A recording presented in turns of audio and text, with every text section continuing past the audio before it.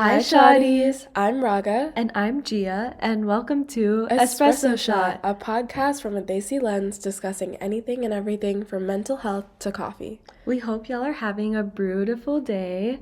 Raaga, what are we drinking today? What are you drinking? Okay, so today we got Starbucks from the pickup, and I've never tried this before, but I got the honey almond milk flat white, but then I subbed it with oat milk because I feel like almond milk tastes funny. I agree. I Yeah. think it tastes really funky in coffee, but I like it in instant coffee. Yeah, I agree. I don't know what it is. It's like Yeah. the consistency. Yeah, It's so weird. It tastes very, I was gonna say very almondy, but it's not like it tastes like that. It just tastes like something that's not an almond. Yeah, I Yeah. agree. It just tastes odd. It I tastes agree. like the outside of an almond, if that makes sense. The Just the skin of the almond. Yeah, I know what you mean. Yeah. How's your drink? Well, what would you rate it? This is your first time getting this, right? Yeah, I think flat whites in general, they're like always what I get at Starbucks because nothing else is like strong enough, but or I guess okay, shaken espresso does some things. I get Yes. very jittery. Uh-huh. But this is like the perfect amount of strong and it has a good solid flavor to it. I feel like shaken espressos are just like espresso. Yeah. It's scary. Yeah. But You and your 4 shots of espresso. I've given up that lifestyle at the moment. I'm splitting up my 2 shots through the day. Oh, that's So smart. it's 2 and 2. That's really smart, Yeah. honestly. No crash. Yeah. But this one's good. I like the honey flavor. I've been really into like honey and coffee, so that's really nice. Yeah. Yeah. What are you drinking today, Gia? I also got Starbucks. I'm drinking a vanilla cream cold brew, which has honestly been my go-to for the longest time. But I got it with the pump of raspberry. And I don't even know, I think I was talking to someone about this yesterday. It was my friend Sophia. Shout out Sophia if you're listening. But I really like florals in coffee, because it adds like an essence and it kind of like, I don't know, cuts through the bitterness and adds like a little bit of sweetness. But I've started to realize I also really like fruit syrups in my lattes or like in my cream cold brews. So yeah, I got like a blueberry latte yesterday. Not from Starbucks, from somewhere else. And then yeah, I got a raspberry. I love raspberry in coffee. One of my friends in Lone Stars, shout out Mahika, always gets raspberry in her matcha. And I didn't know that the Starbucks in West Campus had raspberry syrup until Yeah. she told me. And then I was so excited because Starbucks didn't have it for like the longest time. Really? Yeah, like the one back home, they had like a huge like shortage where they didn't have like peach tea, they didn't have raspberry syrup, they didn't have like caramel for a long time. So, and this was like a worldwide Starbucks shortage, I Oh my think. God. So I kind of like gave up on the raspberry and then got back into it this semester. That's so wild. First, Yeah. I didn't even know raspberry syrup was a thing. Yeah. I didn't. That's crazy. I also didn't realize that you had a caramel crisis. It was terrible. What? I used to be like a huge caramel latte with a pump of raspberry. Like that was my Wow. thing for a while. And that they didn't have caramel or That's raspberry. That's insane. I didn't know. But yeah, I agree. I think floral notes, fruit notes, maybe I'll try because I'm getting out of like my lavender phase. Yes. So this might be like my raspberry phase. You tried my coffee, right? Yeah. What were your thoughts on I it? really liked it. It wasn't too overpowering, but it was enough to where it's like not straight cold brew. Yeah. I appreciated it. Yeah. Because I like coffee that's a little bitter, Mm. but and like a little strong. Yeah. But if it's only tastes like straight cold brew, I'm not gonna enjoy it as much, Yeah, you yeah, know? yeah. Like if I'm gonna have coffee that literally has no milk in it, I prefer black coffee that's like hot. Yeah, I agree. Yeah. Let's get into the milk and cream of this episode, shall we? Okay, so to the brown community, we are calling you out. In this episode, we're going to get into the tea, if you will. Or should we say dirty chai? Okay. Okay, we're gonna talk about what we really think about the Desi community. Yeah, so here are some of our unfiltered thoughts. Yeah. Okay, so just a disclaimer, these are simply our opinions based on our experiences. We are not trying to generalize everyone in the brown community. But yeah, take it with a grain of salt. Yes. Yeah. All right, so the first thing we wanted to talk about is how um, we've kind of noticed, like, I don't even know how I would phrase this, honestly. I know. Yeah. So we were talking about this episode before and just like spitballing ideas. And I guess one of the first topics that came up was how the brown community, especially at UT, oh no. That was slack, I'm sorry. It manifests in different ways for girls and guys. It looks very, very different Yeah. for how our different communities look, I guess. Because, yeah, we're all in the same space. We all know each other. You know how every brown Yeah. person knows each other. But the way that we experience it is so very different. But yeah. I definitely wasn't expecting to be as connected to the Desi community as at UT as I was. And like because of that, I feel like you relate to that too. Because of that, like there's just a lot of things that we've both noticed. And there's a lot of things we honestly just don't really like. We think that there's a lot of hypocrisy, specifically like in the way that like brown guys tend to herd together, and even though they have problems with each other, they don't really talk about it. But there's still a lot of like underlying judgment. And then for like a lot of brown girls, there tends to be like this judgy mentality where a lot of them are kind of putting each other down. And of course, this doesn't completely relate to just brown guys and brown girls or like anyone. It's just, it can, this is of course something that can be seen like throughout different races, I'm assuming, but we can't really speak on that because we're both brown, you know? But anyways, going back to like the herd mentality and the judgy mentality, I feel like brown girls tend to be really judgy because there's like a very strong need to want to be our own individual selves and not be grouped together with anyone else. So it's like this really competitive way of like trying to like set yourself apart from everyone, if that makes sense. I don't really know. This is like a hard topic to talk about because it's also really touchy, but Yeah. we've been listening to y'all's requests. Shout out Urji and Shreya.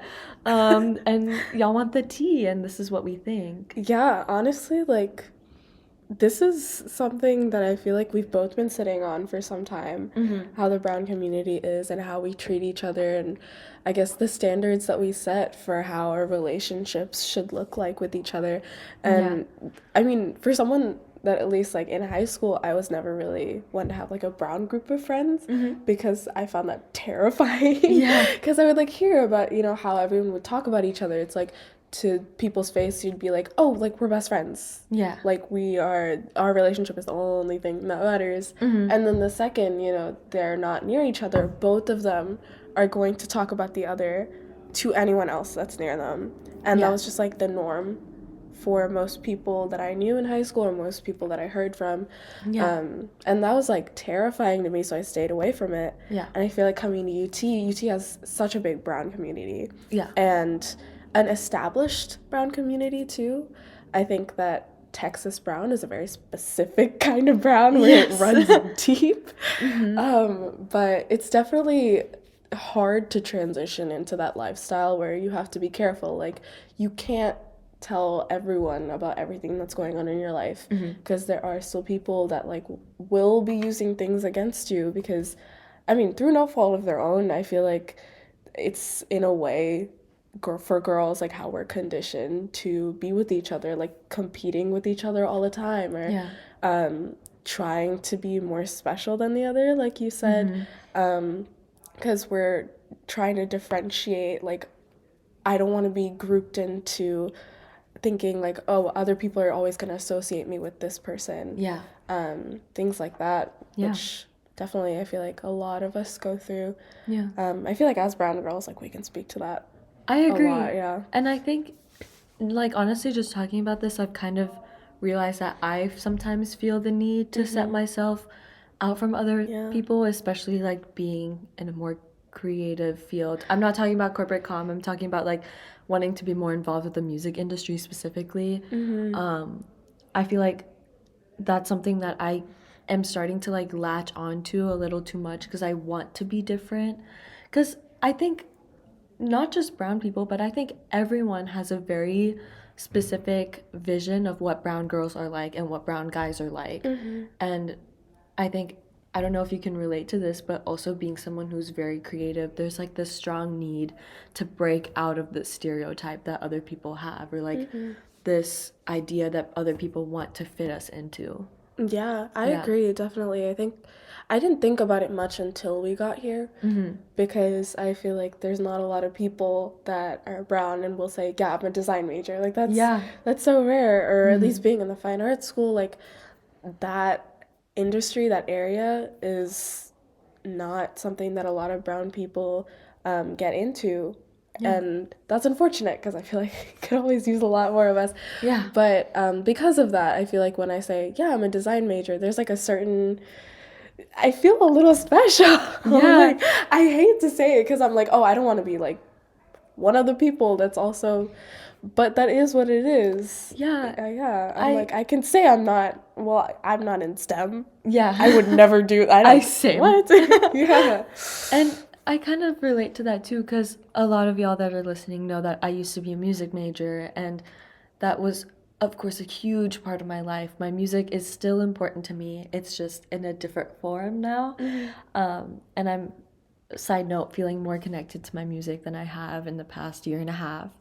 But anyways, there's just some, like, even being corporate comm, being in like the communication school, there's not a huge like brown population that is in comm. And if they are, then they're like advertising majors. Right. And like, not gonna lie, like even in my Moody classes, like for those of y'all who don't go to UT, Moody is the communication school.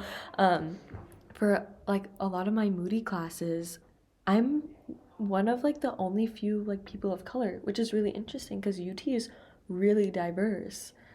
And so I don't know, there it's something that I feel like sets us apart, but we definitely get a lot of judgment for it, especially from other people who are Desi. Yeah. Like the amount of times, well, this is not now as much, but when I was a music major, and we've definitely talked about this on the podcast too, where like we'll tell someone like, oh yeah, I'm a music major, or you'll be like, hey, I'm a design major, and then they'll be like, oh, okay. Yeah. It's either that or it's like, oh my god, that's so cool. It's like one of two reactions. Yeah. And it's always like like you never know which reaction you're gonna get. Yeah. And it's really hard to like stay secure and like, I'm on my own path, I know what I'm doing, when people act like that. Yeah. And I've also gotten comments that are like, oh, so you don't care about money? Like, Oh my gosh, yeah. Yeah. I'm like, you don't know what my path looks like. You don't know if I'm gonna end up going into radio, or you don't know if I'm gonna end up going into like real estate or something. This is a passion, and I want it to be my career, and I think I can make it my career. But if I don't, like, I'm still gonna be successful. I know I am. And that's not, of course, not like an arrogant thing. That's just a self-confidence thing. Like, I think you also are very confident in your own skills, and we know we can be successful. Success doesn't look the same for everyone. And I know I've been talking a lot, but like, I'm really tired of other people trying to push their idea of success on us.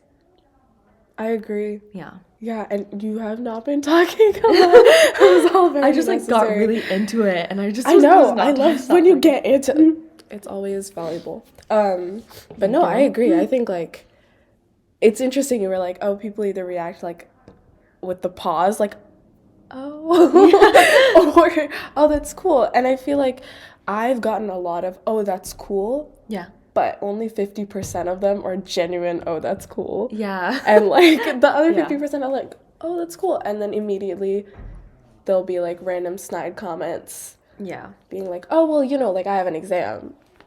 but you wouldn't Yeah. know. And it's like, well, no, but I have a project too. Yeah. And it feels the same. But I think, like, yeah, like, success is going to look different for different people. And I think disciplines also matter. Like, what discipline you're in, like, it asks different things of you. Like, if you're in STEM, like, yes, exams are a very big part of that because it's about learned information. But when you're in a more creative field, it's more about, like, learn technique and finding your own voice, setting yourself aside, and that's something that comes with, like, practice of Yeah. the art, right? Yeah, and also like I'm not saying that one is harder than the other, of Yeah. course, but with even with creative fields, there's so much logistics that go into it. Like for design, it's not like you can memorize things and take a test. Right. Like Yeah. there's so much technique, there's so much stuff that's also intuitive, and so you're blending technicality with what's intuitive, and you're producing something that no one else could produce. Like it's yours. And I feel like when you're taking a test, like specifically like a STEM test, I'm of course not saying that it's easy. Like I Yeah. know it's hard. Difficult. There's a reason I'm not Oh doing my gosh. STEM. No, exactly. But like it's just different. And so just like there's a lot of things you can do with the bio degree, there's a lot of things you can do with the design degree. Right. Or with the Yeah. corporate comm degree. Yeah, exactly. I think, like, all things are going to be hard in their own right. Like, nothing that's related to your professional career, no matter what it is going to be easy ever. Yeah. But I think that mentality is very sparse in the brown community. And, like, I guess going back to, the thing where people will be like, oh, it's cool, and then they don't mean it. Yeah. That relates very much to especially brown women, like, we're told to be, like, on the outside, say things that sound supportive, say things that keep people close. Yeah. So that way, like, you can have information with you for if you ever need to, Yeah. like, put yourself ahead. There's, like, Yeah. that sense of competition. Exactly. Yeah. Yeah, I've kind of noticed like a lot of brown women in my family, it's very much like keep quiet and just kind of like gather information, not Yeah. in like a manipulative way, but in a way where like you have to look out for yourself at the end of the Right, day yeah. because no one else is going to look out for you. But I also think that like keeping quiet, it's also a very misleading thing. And so like when people say like, oh, that's so cool, like when another brown girl says that to me, I know what that means. Yeah. And I'm not saying like, oh, that's cool in a way that they genuinely mean it. It's like we know it's fake because we've been in that environment for so long, and we've Yeah. also been conditioned to think the same way. And this is of course like we're not shitting on other brown women. Like this is Right. not what we're doing. That's the Yeah. last thing we want to do. We're just saying like we empathize with you, but it's still not right. Yeah. Yeah. I think it's something that I definitely know that I've done in times too, like, Yeah. where I'm, like, trying to feel out what, like, other people in my field are doing, or, like, I guess other people in certain, like, creative fields are doing, especially, like, if they're brown women, there's, like, always going to be, like, because we're told to be competitive, there's always going to be that competition, but Yeah. it's, like, our job now to, like, realize it, see it, fix it. I feel like I'm definitely on my way to fixing it, but it's just something that I hope we can all see someday. So, Raga, we've kind of talked about like this whole like the whole aspect of judgment and how that's definitely something that floats around, especially with brown girls, because we can relate to that more than brown guys, of course, but it's Yeah. something that exists in both. But where do you think that this comes from? Because we've all been raised in a very similar type of way, Yeah. so it has to come from somewhere. Yeah, I agree. I think it's interesting. This is one of those things where if you pull at a thread, like, there's just so many reasons why we do this. Like, it goes Yeah. back, like, so far. Yeah. I mean, it could go back as far as parents and, like, how, like, they came here when they were very young and they had to learn a certain set of lessons to Yeah. do well, like, in the time period. Like, my parents came here in the 90s. Same. Yeah, and the 90s was, like, tough. And then Yeah. early 2000s for brown people was also a tough time. Yeah. And then, after that, like, for us, I feel like it wasn't the same kind of discrimination our parents faced. Like for us, it's more like appropriation and then having to deal with like we are not the only first gens here. Yeah. And so like building a community without feeling like you're competing against people. So if we went as far back as the 90s, that's how it would go. But you can keep going further and further back, right? Yeah. Like it's like their parents, like how they were raised, and then before that, colonization. Yeah. Like it's just so like I feel like there's so much generational trauma that comes with anything to do with how the brown community functions today. But I think like mainly, like we're not told to stop and think about what we're feeling, like Yeah. being emotionally aware, and really thinking about like, are we doing the right thing by like what we're taught to do? Yeah. So I think like if we were to sum it up, it could be there. Yeah. But I don't know. What do you think? I was gonna say, like, I know you see this on TikTok a lot. We give all the aunties so much shit for like Oh yeah. judging us, especially like aunties judging brown girls and the way they dress and like the way they talk and like things like that, which I know we've both experienced. But it's just honestly kind of hypocritical. Like we call all these aunties out, but why are we not calling ourselves out? Because we're doing the exact same thing. Exactly. Yeah. And if we don't stop now, like our kids' generation, if we do have kids, will be talking about us in the same way that we're talking about other aunties. And if anyone is not, they see that's listening, aunties are basically like friends our mom's age, or like mom's friends, like that whole, or like even like family members who are like that crowd, 40s, 50s, like that crowd. Yeah, but again, I would just say it's just kind of hypocritical of us. Yeah. And I think everyone just needs to be aware of like the way they're judging people and how it's kind of hypocritical. Yeah. Yeah, I agree. I think it's interesting because it's like I feel like to an extent aunties talk shit to each other because that's how they dealt with like like you're forced to be self-aware to some extent when there's like a culture shock. I feel like it's a survival tactic, like exactly. in a way. Yeah. And so like by trying to be self-aware, they're like talking shit. Yeah. And then I feel like by talking shit, you just become less and less aware of your surroundings because you're so focused on what everyone is doing that's wrong. And that's like something that's passed down to us, except like without the part where we're forced to be self-aware. Yeah. There's like that one step that's missing. So all we do is like talk shit, kind of. Yeah, I feel like that's very common to see. And I think, like, not to say I haven't. Yeah, like we obviously, that might have come up, like probably has with us. Yeah, like I get it's very cathartic. Like I get it. Sometimes you need to, but a also little tea sesh. Yeah. Or dirty chai sesh. I should say. Yeah. That's a tongue twister. I should say. There we go. Also, sorry if there's any background noise. I don't know what is happening outside the study room, but there's like lots of really loud banging noises. Yeah. Anyways, where were we? But yeah, so it's like it's catharsis. Yes. So I understand. Yeah. But there's a difference between being like, there's a lot going on. I need to talk to people to get it off my mind. And there's a lot going on. I'm gonna talk about it with most people I know. And they make it a personality trait. Yes. Honestly.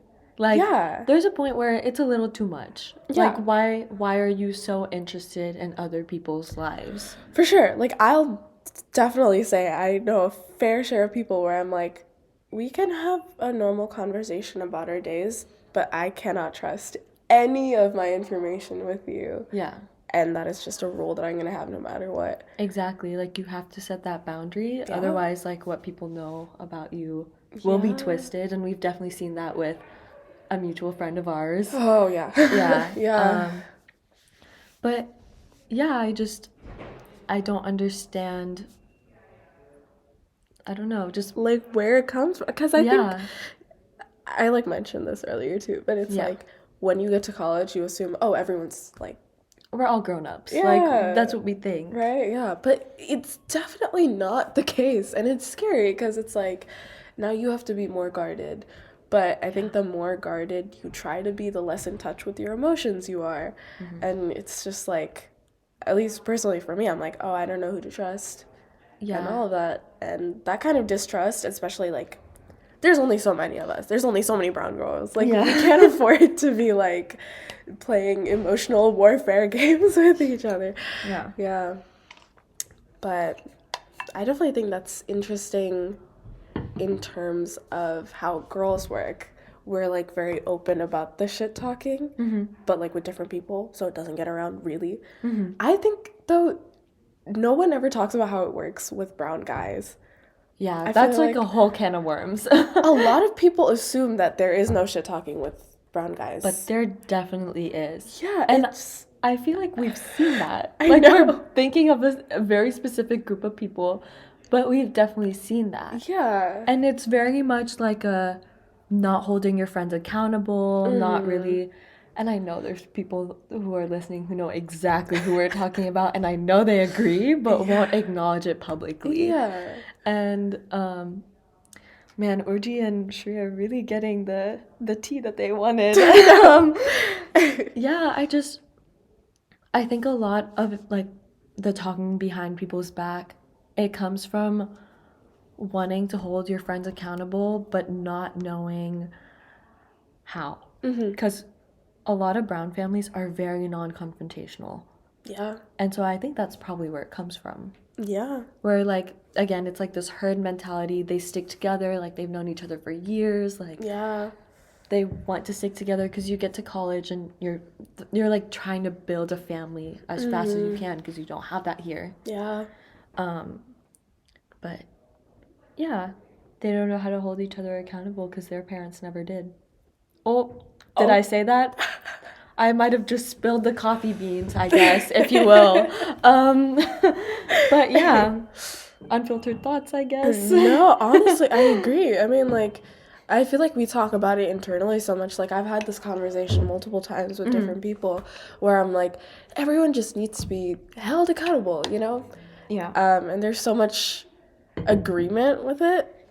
But then there's not enough action. Exactly. And I think that it all goes back to what you said. Like, family dynamics play into how you treat your chosen family. And it rolls the same way. It's like you're not going to hold someone accountable because you're like, oh, well, I care about them. So why would I be like, this is a flaw? Yeah. But, you know, at the end of the day, I feel like if you're not going to say, hey, you're doing something that is hurting you, that's hurting people that care about you, then, like, you're hurting their chances of personal growth. Yeah. And your relationship is going to have damage that is just going to get worse and worse if you're sitting on all of this stuff that you never want to talk about. Yeah. And, like, more than that, like, you're just racked with guilt. Because, like, you're thinking about all of this stuff in a vacuum, right? Because, like, it doesn't go anywhere. Right. And so you're just making the situation worse and worse in your head. And so by the time it comes out, it's, like, a tantrum. Yeah. Yeah. Yeah, like it'll build up until someone can't take it anymore, and that's when we see like friend groups breaking apart. And I don't think that we've really seen much of that yet, but it definitely feels like it's brewing. I agree. And I think that's something that happens a lot with the brown community. Like, I know, like, through high school, there were so many instances where friend groups would just break apart over and over again, and it'd be like the same few select people circling around. So I think, you know, like, communication issues are just gonna follow you. You okay? Yeah, I'm okay. Sorry. Choked on my water. But yeah, and I mean, this is something I get as, like, a serially bad communicator. I'm so bad at it. So I understand, you know, like, confrontation, thinking of yourself as a non-confrontational person. Traits like that are labeling yourself as someone that doesn't want to have tough conversations. Yeah. But any good relationship is built on the amount of tough conversations you have. But then there's also like the other aspect of people where I feel like I see this a lot more in brown women than men, surprisingly, like based on gender stereotypes. That's why I'm saying surprisingly. But there are some brown girls. Shout out to these brown girls for like being super confrontational, but there's another set of really anxious brown girls, and by anxious brown girls I mean me, who are confrontational but hate the conflict that comes with it. And I think that's just like contradicting views of like wanting to speak your mind, but then also being told that like don't speak your mind by your family and things like that. Yeah. And so I don't know, I feel like for the most part, most people in the brown community are very non-confrontational. And by brown community, I mean people in our age group. So like 20, 19, like that age group. But I don't know, I think, yeah, that's a big chunk of people, non-confrontational, but there's also like the select few who are confrontational with the fear of conflict or just super confrontational. Yeah. Yeah. Yeah, I agree actually. I think like as an anxious, confrontational person, if for like me, I get when something happens, I'm like, oh, I have to say something. Yeah. Because I'm like, I can't. I don't want to have to live with that. Yeah. That might be the fire sign. It's definitely... That's what it is. Yeah. But then immediately after, you know, like having the follow-up conversations, like, it takes two people to fix behavior patterns, right? Yeah. Like both people have to be willing to try something new. Right. It's never just one person that's doing something wrong ever. Yeah. So I think like that part of it, knowing that you have to change something in your life, like all of that is work. Yeah. And work is scary. Yeah. So I fully get that part. And I think like, yeah, there's confrontational brown women and there's anxious non-confrontational slash confrontational, our little group. And then I've seen a lot of confrontational because they love the conflict. Oh. And I think that's something that let's hope that ends in college. I hope so. Yeah, because you shouldn't just be chasing conflict. Yeah. For the conflict. Conflict for being bored with your life and wanting to exactly, yeah. create some, add a little spice, if you will. Exactly. And I think it's really interesting that, you know, like we're talking about the brown community in a very general sense, but at the end of the day, it's anything but that. Yeah. Like what we're talking about right now, where it's like people are so specific in the way that they handle situations.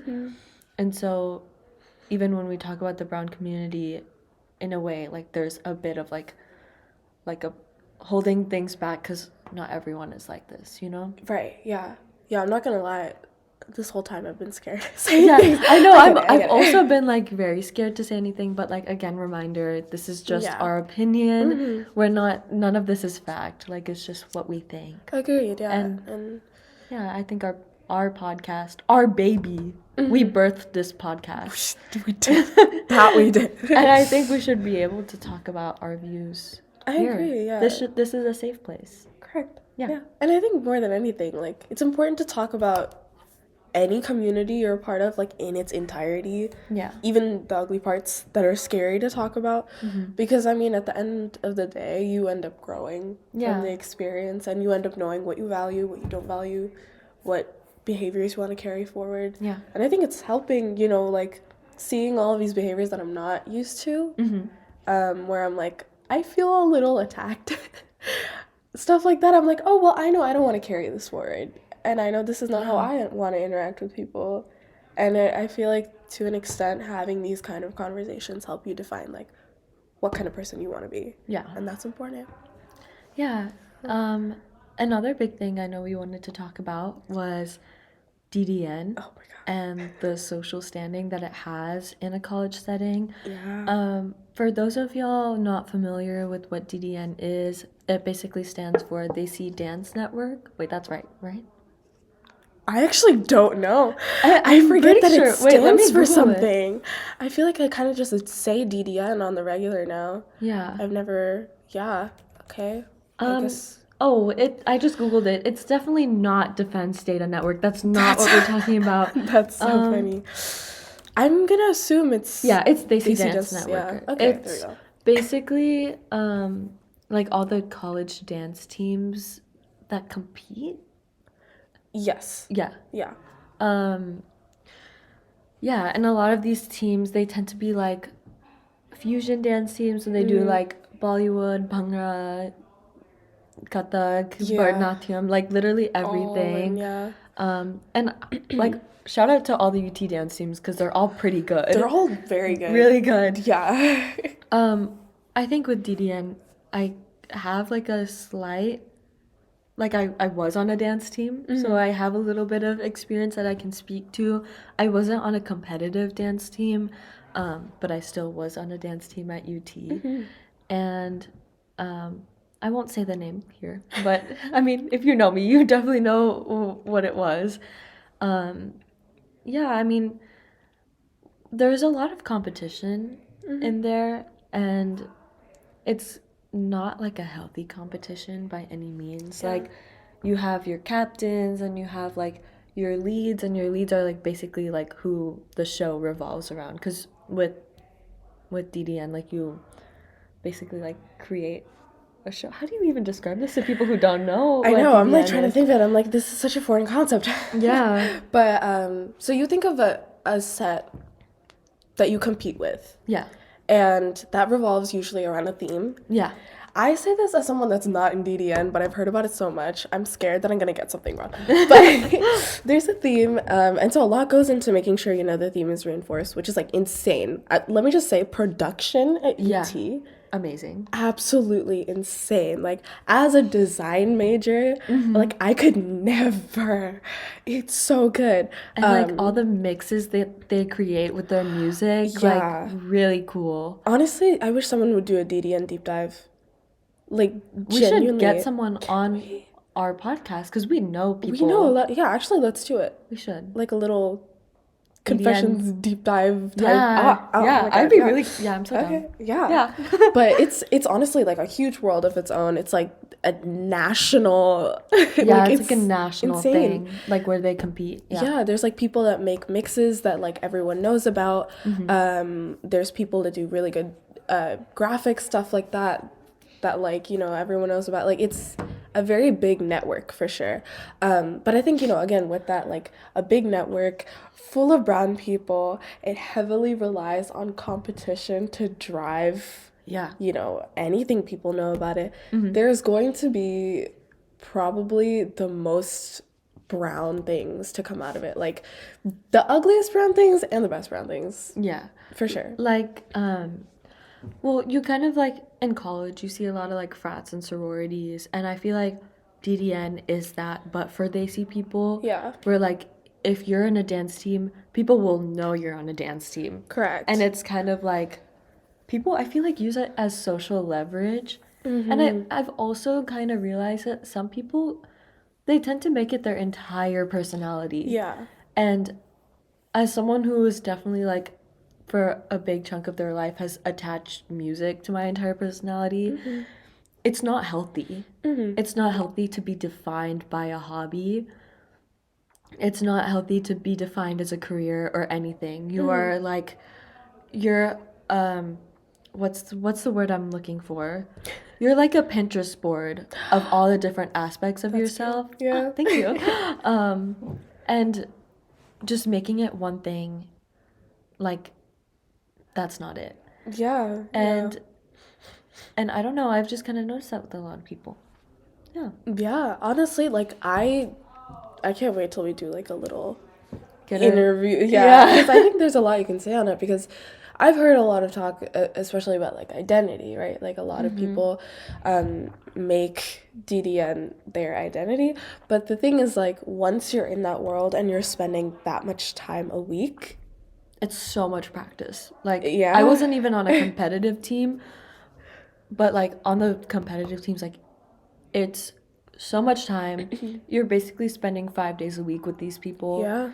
Like really late night practices, and then you're having comps where like you're traveling with them, you're with them for like 36 hours at a time. Like, Right. Yeah. I mean, I understand why it becomes like the only thing people revolve around. Right. Because where do you have you don't really have anything else in your life that you can, Yeah. like, it's the main thing that you're doing. Yeah, there's like an inevitable pull with Yeah. it. And I think another thing is like once you're in an environment like that, like once you define yourself as something, it's really hard to change that because I people agree. start to know you as like, oh, the person that does whatever. Yeah. And it's like if you ever want to grow out of that, move on from it, back away from something, like it's hard because everyone locks you into a certain kind of box. Yeah. Yeah. And that is something with DDN that is, from the outside to watch, is very scary. It is, yeah. Yeah. And I feel like a lot of people join their freshman year, and it's another thing where it's kind of like what we talked about earlier, where people are just trying to like put together a family as fast as they can because they're not at home and they like want that environment. Right. But I don't know. There's one of the dance teams at UT who like they don't accept freshmen. They only accept sophomores and like higher. And I think that's so smart because then people find other things that they're passionate about and they don't just jump into a dance team like right out of high school, you know? Yeah. They make sure that they have a year to find themselves on their own. And I wish more dance teams did that. Yeah. But of course, I don't think they ever would because it's about getting the best dancers, right? It's about it's about like finding the people who can help you win a competition. At the end of the day, it's a very competitive thing. Yeah. Yeah. I agree. I think there's so much that can be said for DDN, for sure. Especially like the pull after graduation. I was not aware of this. Yeah. But like people come back after they graduate just to like hang out with the teams. Yeah. And I'm like, that's crazy. I know. Because it's like, if there's that pull, like, even after you leave UT, right? It's like that's just, you're sticking to it, you know? You're not allowing yourself to explore new opportunities, like, try something else, see where else you can go. And that's, like, something that I feel like, especially in a brown community, it's easy to help perpetuate that. Yeah. And be like, oh, this is who you are, this is who you're gonna be, this is who you should stay. Like, great job, like, you did it. This is your identity forever. Yeah. Because then it's easy to gauge people. It's easy to be like, okay, who should be like watching out for? Yeah. I think that's a mentality that definitely happens. Yeah. But, And it's just not like it's not like it's how do I say this?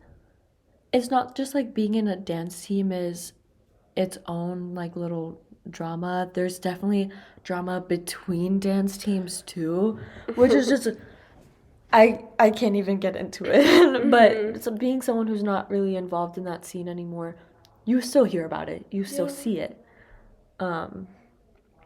Yeah. I don't even know. We definitely have to bring someone who's on a dance team to talk about this. Yeah. Yeah. Yeah. Any other unfiltered thoughts, Raaga? I don't know. I Yeah. feel like we hit a lot. We did hit a lot. We talked about, you know, the different types of mentalities between brown guys and brown girls and where they came from. And we also talked about DDN, which was really cool. Yeah. Yeah, lots of different stuff. Yeah. Yeah. Honestly, this is one of our longer episodes, but I'm glad we were able to like cover so much ground. Me too. Yeah. I think I know this isn't tea per se, which is why we called it a dirty chai. It's our thoughts, but there's tea involved. And, you know, we're going to try to have more episodes where we, like, talk about stuff that's going on actively in our lives. Yeah, especially, like, stuff like this. Yeah. I was going to say, sorry, I didn't mean to interrupt No, you. I was going to say, I feel like we talk a lot about things that have happened in the past and things that are very central to us and like our college experience, which is definitely important. But I think it's also important to comment on what's going on around us because other people see it, but they don't say anything about it. Yeah. And this is what our podcast is, I guess. I know. We're touching ground on like a lot of different things. I agree. And I think there's a lot that we threw out there today, but if it helps another conversation somewhere else get going, then I guess it worked. Yeah. And also like to everyone listening, please like DM our Instagram. Let us know what more topics you want to hear. Yeah. Give us feedback on this episode and all of our other episodes. We'd love to hear from you.